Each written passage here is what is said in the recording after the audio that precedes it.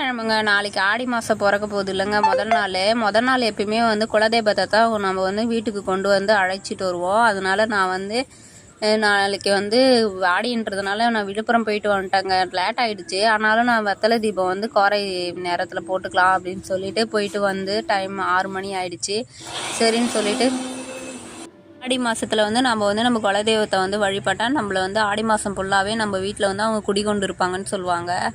அதனால குலதெய்வ வழிபாடுக்கு நான் வாங்கிட்டு வரேன் எல்லாமே போயிட்டேன். நீங்கள் குலதெய்வ வழிபாடு வந்து ஃபோட்டோ வச்சு வழிபடுறவங்களும் இருக்காங்க. ஆனாலும் நாங்கள் கலசம் வச்சு தான் வழிபடுவோம். எங்கள் குலதெய்வத்துக்கு வந்து ஃபோட்டோ இல்லை. அதனால கலசத்துக்காண்டி எல்லாமே ரெடி பண்ணுறதுக்காண்டி வாங்கிட்டு வரேன். நான் விழுப்புரம் போயிட்டு வந்ததே லேட் ஆகிடுச்சு. ஆடி மாதத்தில் என்ன ஒரு சிறப்பு என்னன்னா, ஆடி மாதத்தில் வந்து விதை நெல் போடுவாங்க.